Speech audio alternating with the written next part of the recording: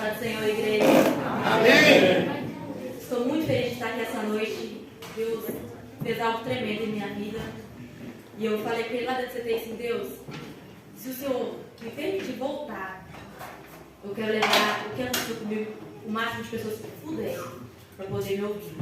Então, assim, primeiro eu queria agradecer a igreja, que orou por mim, aos pastores. Desde o CTI eu fiquei sabendo, né, quando eu acordei, ela começou a me contar tudo o que tinha acontecido, porque eu não tinha noção de quanto tempo eu estava ali, nem mais ou menos o que tinha acontecido comigo. Mas assim, irmãos, eu faço enfermagem, né? Já estou para formar, faltam apenas 3 meses. E eu estava trabalhando, tinha pedido Deus um emprego, eu disse, Deus, dá um emprego porque as coisas estão complicadas, eu tenho as coisas para pagar, formatura e tal, confusão. E Deus me permitiu ter um emprego. Eu estava trabalhando, estava com saúde, estava bem. E aí, numa sexta-feira eu acordei e falei assim, eu tinha voltado já no curso pelo menos assim, mas não estou muito bem, estou me sentindo cansado, o corpo um pouco doendo. E já, o meu pai já estava com uma pandemia de dengue, né? Eu pensei, mas eu estou com uma dengue, ou gripada. Aí ele falou assim, olha filha, vai até o posto de saúde pra, né? Quem sabe você pega uma cesta hoje, fica em casa, não vai trabalhar onde você está. Estou vendo que está um pouco mal. Fui ao posto de saúde, o médico assim, só olhou e falou, você deve estar com uma dengue, mas assim, leve, vai pra casa e descansa. Ele deu um atestado de 5 dias. Fiquei no atestado de 5 dias, só aquela gripe mesmo. Passei o final de semana tranquilo, só tossindo. Quando foi na outra sexta-feira, eu já acordei meio mal, minha mãe tinha que trabalhar. E eu falei assim, como o atestado acabou, vou pro meu curso, né, tranquilo. Só que quando eu levantei e fui até o banheiro, né, pra escovar dente, tranquilo, eu acabei cuspindo um pouco de sangue. Aquilo já deu uma assustada. Eu pensei, hemorragia na gengiva, tranquilo, não tem que me preocupar. Vou falar para me levar para o UPA, eles vão chegar lá, dar um medicamento só para controlar. Vou voltar para casa ainda hoje. Só que mal eu sabia o que Deus tinha para fazer na minha vida. Aí meu pai me levou até o UPA, pedi para ligar para minha mãe, porque meu pai assim, não sabia muito bem lidar comigo com aquela situação. Minha mãe já veio correndo de onde ela estava para ir até o UPA. Aí eu fiquei lá de 7h da manhã até 10h30 da noite, só tomando soro. E eu estava bem, eu estava respirando, estava tranquilo, não estava sentindo muita coisa. E aí, tem uma hora você fica meio sonolenta, já não queria comer, já não queria nem conversar. Eu falei assim, não, mãe, me deixa aqui deitada aqui que eu não estou bem. Aí a minha mãe, preocupada comigo, vendo que eu estava piorando, aí a médica falou assim, olha, o exame de hemograma dela não pareceu muita coisa não, mas a gente vai deixar ela em observação pelo menos essa noite.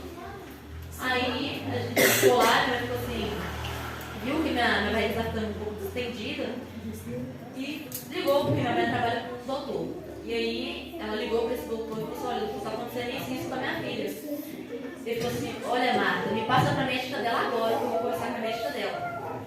Aí eles conversaram lá, e ela viu que o pessoal estava se agravando, e aí me transferiram para a sala vermelha do UPA, que a sala vermelha é assim, a sala que vai só pessoas que estão em estado bem grave. E aí, quando eles me levaram lá na cama, já não deixaram mais descer, nem andar, nem nada. Me levaram na cama para dentro daquela sala. E aí já não deixaram a minha entrar. Eu falei assim, opa, uma coisa não está certa, realmente eu não devo estar bem. E aí eles pediram o exame de gasometria. O exame de gasometria não é um exame muito bom, porque é colher sangue direto da sua artéria. E realmente dói muito. E eu fiquei assim, gente, eu acho que a situação está complicada aqui, eles não vão me deixar sair daqui. Não tá bom. E aí eu vi nas conversas com o médico, não, vamos pedir 2 bolsas de sangue para ela, as plaquetas dela estavam baixando. E aquela coisa eu fiquei assim, meu Deus, eu já comecei a orar. Eu falei assim, pai, ajuda sua filha, pai, porque eu nunca esperava passar por isso, porque a gente estuda sobre isso, mas a gente nunca pensa em passar por isso. Na verdade, acho que muitos aqui você não deve acordar e pensar assim, nossa, será que hoje vai ser meu último dia aqui? Será que eu abracei a minha mãe o suficiente? Será que eu estive com a minha família tempo suficiente? A gente não pensa isso, a gente pensa, hoje eu tenho que ir para o serviço, hoje eu tenho que fazer isso, hoje eu tenho que fazer aquilo, e a gente muitas vezes não dá valor. O pouco que a gente tem, a gente não agradece o pouco que a gente tem, a gente não agradece por sentar na mesa e poder comer uma refeição. A gente agradece por assim, posso pegar um copo d'água e beber, sem fazer algum esforço, eu posso beber água. Presta atenção, são pequenos detalhes do dia a dia. E aí eu estava ali, mas ele estava consciente, e ele foi me transferir. E como eu meio que eu entendo as coisas, eles pediram uma transferência para um CTI hospitalar. Eu falei assim, meu Deus. Ali acho que minha ficha já começou a cair, só que eu ainda não acreditava. Eu falei assim, não estou tão grave, eu não estou tão grave assim. Eu estou bem. E eu toda hora falando para mim, Vitória, você está bem. E aí chegou, e assim, coisa de 15 minutos, era 10h30 da noite. Umas 11 horas eu já estava dentro do hospital municipal. Quando eu cheguei lá, eles me levaram para a sala vermelha do hospital. Cheguei lá, já tinha médicos, já tinha enfermeiros, já tinha todo um arsenal ali preparado para me atender, porque foram falar para mim que eu estava com hemorragia grave. E realmente, o meu fígado e meu pâncreas estavam sangrando bastante ao ponto de encher a cavidade abdominal de sangue. E ali eu, ainda consciente, conversando com os médicos, esse doutor Antônio, que mora em Vespasiano, ele se colocou até o centro de contagem para me ver. E aí ele entrou no quarto onde eu estava, minha mãe não pôde entrar mais comigo. E aí a minha mãe já ligou para minha irmã desceu para o municipal e não deixaram ninguém entrar, só o doutor Antônio. Aí ele conversou comigo e eu falando com ele, não, estou bem, é só uma coisa nada séria, daqui a pouco eles me liberam, deve estar aqui pelo menos só hoje e amanhã. E era de uma sexta para um sábado, assim, domingo ainda deve estar em casa. E aí ele falou assim, ele despediu de mim e falou assim, olha, melhoras. Só que o estado, como ele é médico, ele pegou o prontuário ali médico, viu os resultados dos exames que já tinha saído, e falou assim, pelo que eu estou vendo, a Vitória não vai voltar mais para os braços da mãe dela. E nisso ele saiu lá para fora, encontrou com a minha irmã, com meu cunhado e com a minha mãe, falou assim, olha, os médicos descobriram que ela está com uma bactéria muito forte no sangue, e ela está ascética, ainda não estava com choque séptico, ela estava ascética.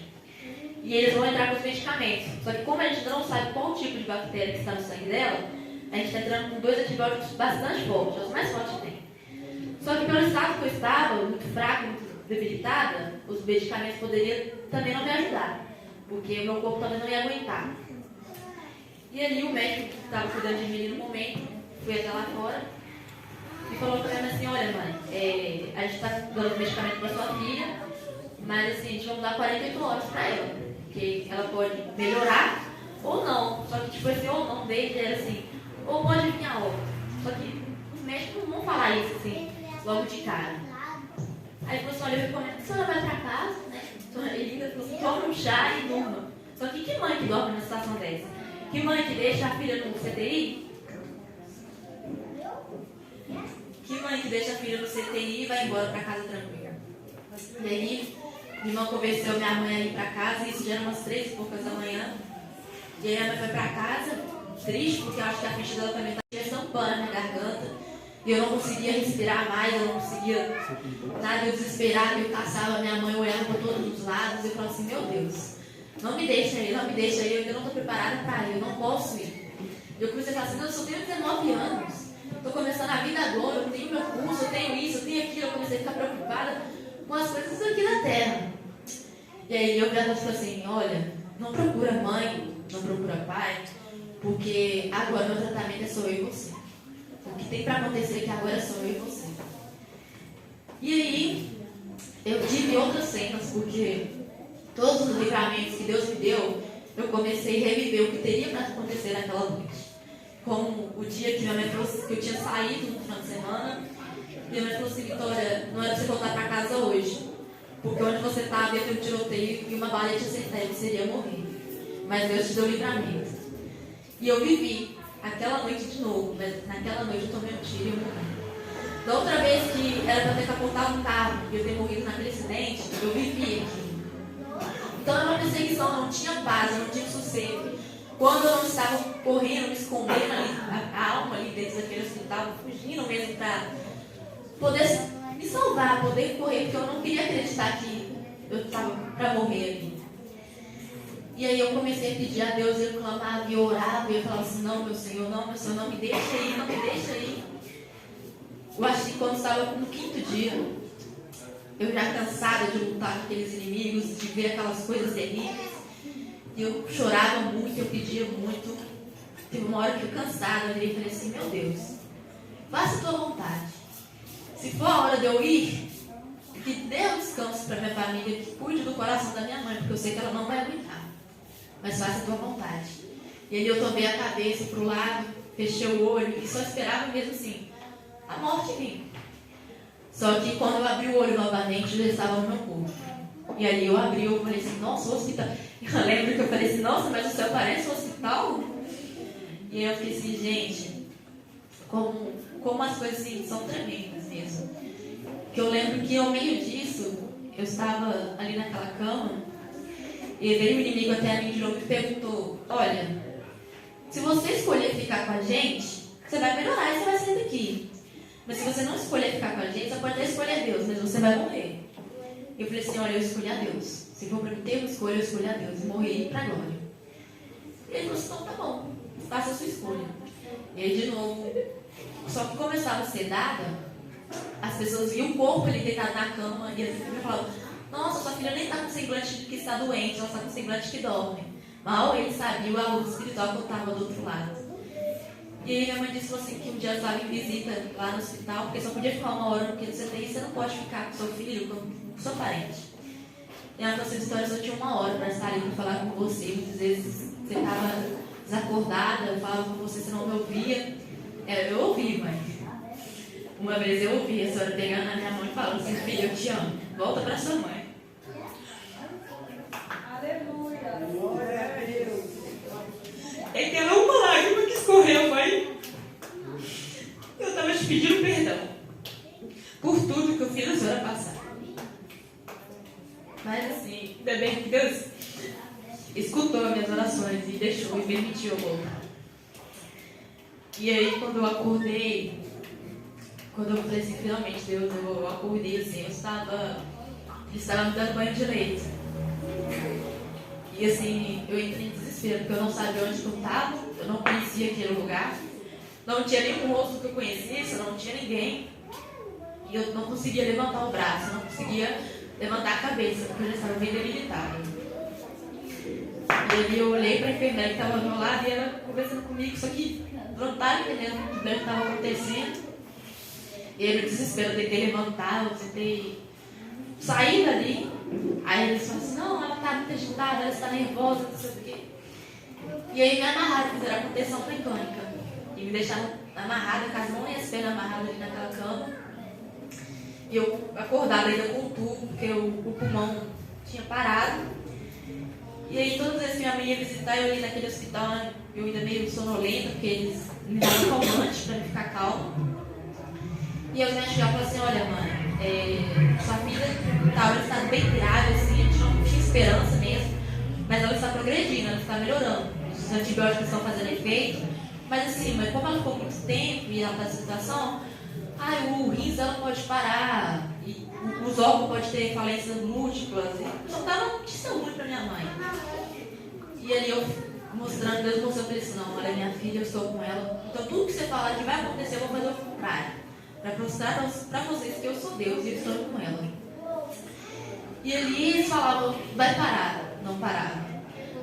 Que o fígado dela pode não funcionar mais. Continuava funcionando. E aí eu lembro que no dia 9 de junho, eles falaram assim, mãe, o pulmão dela está melhorando, porque meu pulmão estava totalmente tomado por causa da hemorragia. Eu digo um derrame pleural. E aí, as pessoas olham, o pulmão dela já está bem melhor, já tinha reduzido, a hemorragia já estancou, então a gente vai tentar desentubar ela. E aí foi uma outra luta, porque o pulmão já tinha acostumado ali com o ventilador. E aí, eu lembro que no dia 8 eles tinham tentado e a mãe estava comigo, só que eu tinha ficado muito nervosa, não estava conseguindo respirar direito ainda, e ele falou assim, não tem como a gente tirar porque ela não passou nos testes. E ele chegou na mim e falou assim, mãe, não se assusta quando tirar o tubo dela, porque ela não vai ter voz, e talvez ela não vai falar. Mas Deus falou assim, ela vai falar assim, como vai falar? E aí, no dia que a mãe estava lá, não tirou. Quando foi no dia 9, minha mãe acordou com uma dor no peito muito grande. Ela falou assim, meu Deus, o que está acontecendo? Aí Deus falou assim, é hoje. Estão tirando o tubo da sua filha. E lá no hospital pela manhã, eles chegaram e falaram assim, então vamos tentar de novo. Vamos ver se hoje você consegue. Fiz o primeiro teste, deu certo.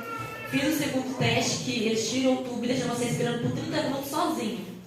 E deu certo. Ele falou assim, vamos tirar o tubo agora. E aí na hora que tirou o tubo, eu lembro que ele falou assim, olha, quando eu for puxar, eu vou contar 3 vezes, você tosse pra gente poder retirar.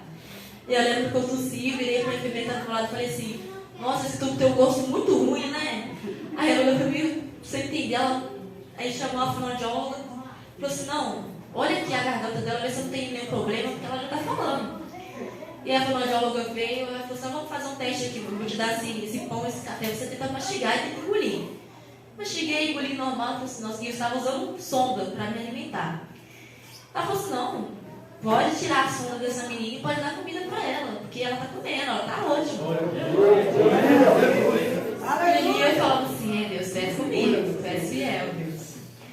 E aí eu tirei, e eu brinquei, porque estava demorando demais para tirar a sonda. E ele estava me incomodando, eu falei assim, eu não vou tirar isso, eu sou da enfermagem, da quarta jornada, eu vou tirar isso aqui. E eu comecei a puxar a sonda ali, tirei a sonda, pensando, tô bem, vou comer. E aí, às vezes, praticamente sempre eles. Porque só minha mãe que me visitava ali, meu irmão trabalha, minha irmã trabalha, então não tinha tempo ali pra ir no horário de visita. E eu vi a minha irmã, conversei com a minha irmã, contei pra ela, tá acontecendo isso, eles vão ter que fazer o acesso intraósseo talvez, e eu tô com medo, com tudo mais. E aí a minha irmã saiu, porque tinha acabado o horário de visita, e falou assim, olha, a gente vai tentar pegar sua jugular de novo. Só que você está muito desidratado, e nesse momento eu estava acordada. E aí veio a enfermeira, segurou meu rosto de lado, e ele veio aqui desse lado pegar a jugular. Tentaram por 7 vezes, e não dava para pegar a jugular. Toda vez que tentava, não conseguia pegar a jugular, e aquela ansiedade, eu já comecei a chorar de desespero. E ali, meu irmão... Se eu falar para vocês que eu vi a parede abrindo e do outro lado eu vi minha família inteira. E ali eu sabia que Deus estava me dando assim. Falando assim, filha, tenha forças. Sua família está aqui. Eu estou aqui com você. Vocês não estão sozinhos nesse processo. E ali eu acho que eu sempre me disse assim, gente, é doida. Porque eu comecei a cenar e mandar beijo para a parede. E aí a primeira perguntou assim, o que você está vendo? Eu falei assim, minha família. Ela falou assim, então se apega neles, que a gente vai tentar de novo.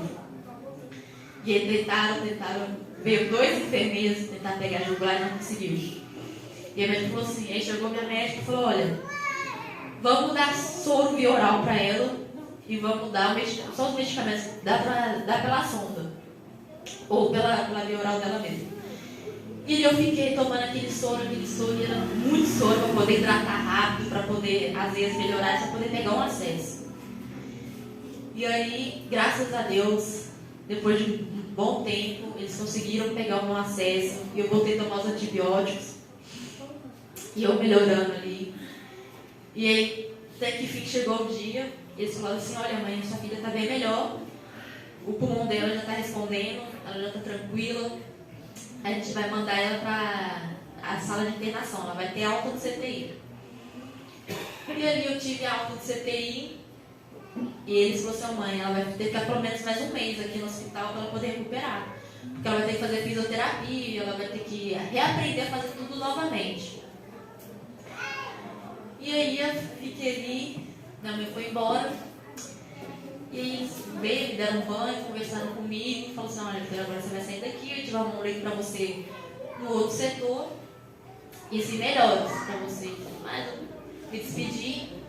Fui. E eu orando, falando assim, ó Deus, que eu vou para um outro quarto, que seja um quarto com pessoas boas, que seja um quarto onde eu vou ser bem recebida. Porque dentro da história tive muita coisa mesmo. E eu o tempo todo orando. E aí, no momento eu estava sentindo um pouco de dor. E aí eu falei assim, olha, vou experimentar, eu vou orar, pedir para Deus tirar essa dor de mim. Porque realmente doía bastante até para me mexer. E eu orei, pedi para Deus, falei assim, Deus, não faça mais eu sentir dor, não, porque eu estou aumentando mais. Ficar aqui dentro tá acabando comigo. E Deus falou assim, calma, Vitória. Tá no processo, filha. Espera que eu vou fazer na sua vida coisas que você nunca imaginou. E esse é um processo, não suporta. E ali a dor passou, fui encaminhada para outro quarto. Cheguei no outro quarto e encontrei irmãs da Assembleia. Encontrei a Camila, que tinha sofrido um acidente de moto, estava ali também.